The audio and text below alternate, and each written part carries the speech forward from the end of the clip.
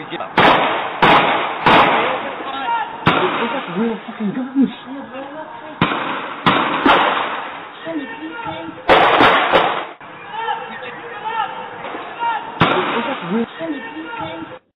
Didn't do it.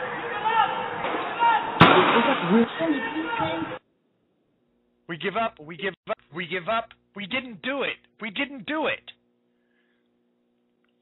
And as soon as they tried giving up, and they're screaming, "We didn't do it," is when they opened fire on them. Is that not the most? Go watch the video on my webpage, wdeanshook.com. Just Google my name, W. Dean Shook. The very first thing that's going to come up is the home page. And then you're going to have probably 2 or 3 solid pages of past programs. You can go listen to past programs if you want, but I want you to go to the home page and watch the video. It's right on the very front page. Just scroll down about halfway and you'll see the video right there. Let me play this again. Listen carefully. You're gonna hear him say, "We give up, we give up, we give up. We didn't do it." And then they open fire on him when they're trying to give up. Listen.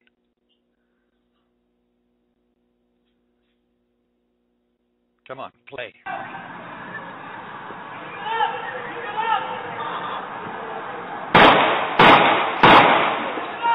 They got real fucking guns.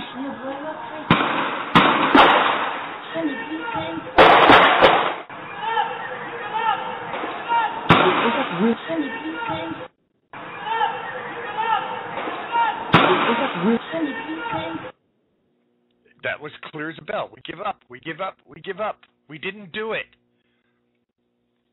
As soon as they said that, the cops opened fire on them. Now, you know, whether these guys are guilty or not, it's not the point. Does that make any sense? They've got them surrounded in the video. You can see them in the video. They've got them surrounded. These guys scream it 3 times. We give up, we give up, we give up. We didn't do it. And they open fire on them.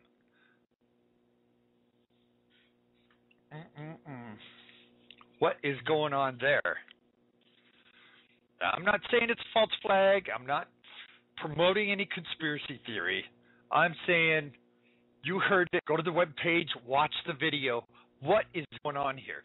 Since when do criminals try giving up? They're screaming, "I give up, I give up, I give up. We didn't do it." And they open fire on them.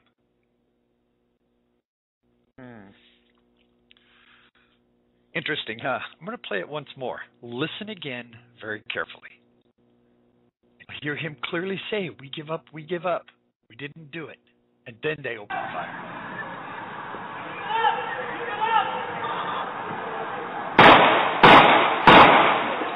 They got real fucking guns.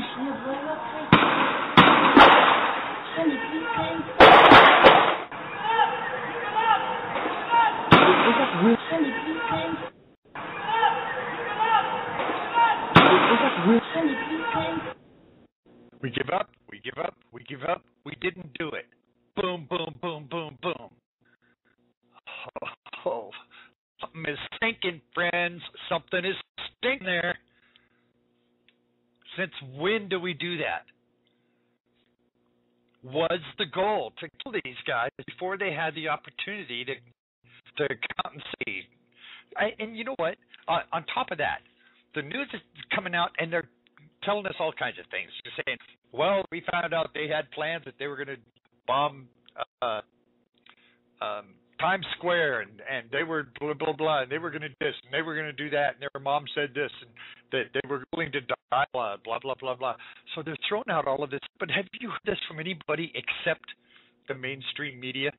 The mainstream media, that their new consultant for news is David Axelrod, President Obama French butt kisser. Are you kidding me? Something is stinking here. Now, let me give you another example of the hypocrisy of this administration. When we did the program a few days ago on the Obama administration and the proof that they're following Saul Alinsky's book, line by line, verbatim, and the hypocrisy that goes with that. Well, think about this. It was about 3, maybe 4 days ago when President Obama made a speech in front of Planned Parenthood at a Planned Parenthood meeting where he thanked Planned Parenthood. He said, "Thank you, Planned Parenthood, for doing such a good job. God bless you, Planned Parenthood." That's what he said, exact words. God bless you, Planned Parenthood. What, you want to hear what he's saying now? Let me read you the story. President Obama calls on Americans to reflect on sacredness of life on the National Day of Prayer. He issued his annual proclamation declaring the first Thursday in May as the National Day of Prayer, a long-standing 62-year tradition that began with Democratic President Harry Truman. This year's theme for the National Day of Prayer is a call for believers to pray for America. It echoes the words of Martha Washington. By honoring today as the day to remember that God is our only sure trust. The scepter separated and selected in this year in Matthew 12:21, which reads, "In his name the nations will put their hope." In his proclamation, the president asks all Americans of faith to pray for the healing of the nation following the aftermath of all of these violent shootings in Newtown and the Marathon, the fertilizer plant explosion in West Texas. He also requested prayers for the first responders who put themselves in harm's way, protect fellow Americans, for the safety of the members of the U.S. Armed Forces and family, observing the prayers and the power of prayer in time and during moments of hardship and struggle. Obama noted that throughout the nation's history, Americans have turned to prayer to unite and sustain the country. Communities come together through prayer to support and strengthen each other in the aftermath of senseless acts of violence. The prayers and countless Americans signal to grieving families and suffering communities that they're not alone. On this day, he wants to call on all Americans to reflect on sacredness of life on the National Day of Prayer. The sacredness of life. This comes from a man who just days earlier thanked Planned Parenthood for the job that they're doing and said, "God bless you, Planned Parenthood." 1.4 million abortions a year in this country. Planned Parenthood, the largest provider in this country, the largest abortion provider in this country. They kill thousands of babies every single day. And President Obama said, "Thank you, Planned Parenthood. God bless you." And then comes out and says, "We want to reflect on the sacredness of life." Does this make any sense at all? Because if you compare it to Saul Alinsky's Rules for Radicals, which he is playing out verbatim, word for word, chapter by chapter, he knows exactly what he's doing. People, though, people are just not very smart. They just don't put these things together. His supporters don't put these things together. Is it because they don't want to? Are they not smart enough? Now, I know a lot of you are saying, "Yep, they're not smart enough." You know what? I don't think they want to. I don't think they want to see any hypocrisy. It's like I said in our last program. If a Republican or conservative or a Tea Party member or a Christian or anybody who's not a progressive gets even so much as a parking ticket, it's wall-to-wall coverage, blow-by-blow coverage with every single detail, live interviews, helicopters, spotlights. Somebody got a ticket. But you catch a Democrat with an underage prostitute, and just like I said before, it's like they're in the witness protection program. They couldn't be any more protected. So, I'm telling you, when you turn on the evening news onto one of these alphabet stations, what do you get? You get all of the updates about who's going into rehab and why. You get updates on The Voice or Dancing with the Stars. And they give you all kinds of garbage and baloney and just constant, nonstop crap. That's what you get from them. You don't get any real news. You don't hear how Iran is expanding their nuclear program.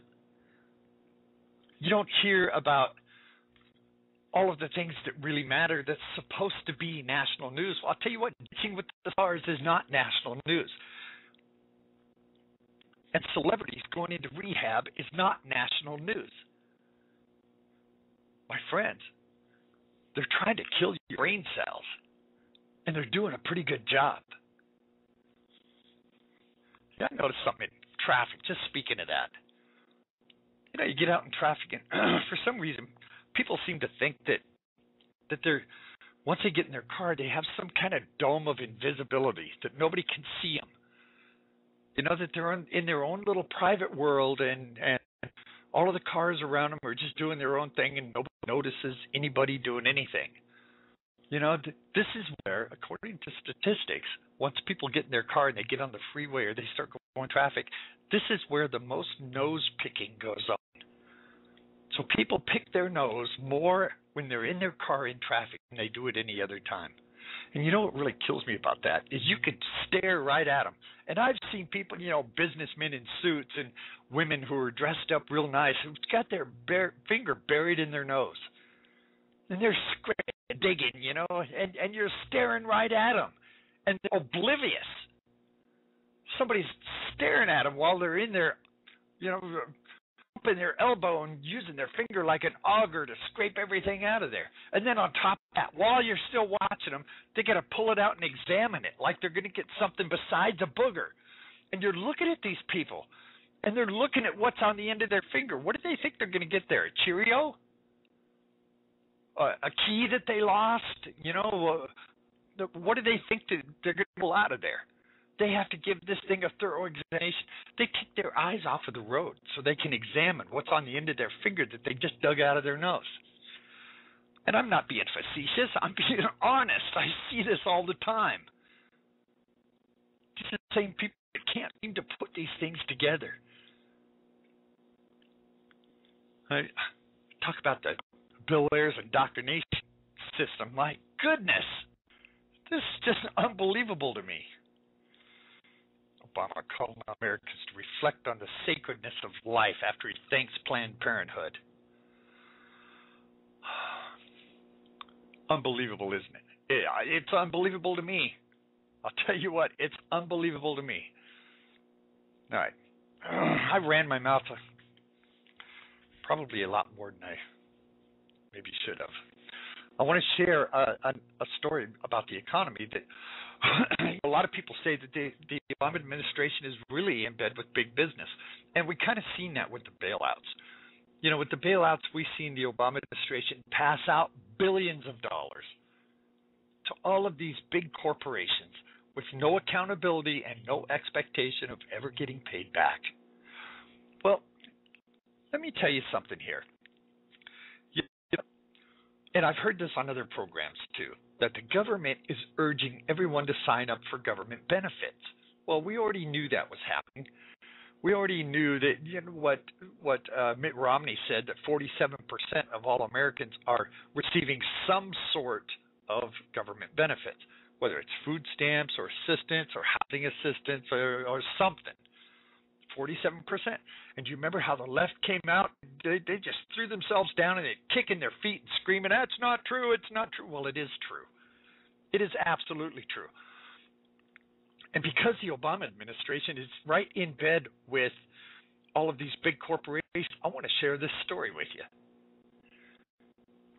Now, you know, it's illegal in most states. All the states that I know about. I don't know the policy of every single state, but the states I know about, it's illegal to give welfare or food stamp benefits to illegal aliens. If they're in this country illegally, they're not supposed to be receiving taxpayer benefits. You know, food stamps, welfare, all those kind of things. Well, here in Oregon, they do get it. They do get food stamps. They do get that stuff, even though it's illegal. And they get around that by saying, well, come in and sign sign up for food stamps, and let's see where we are on this. And they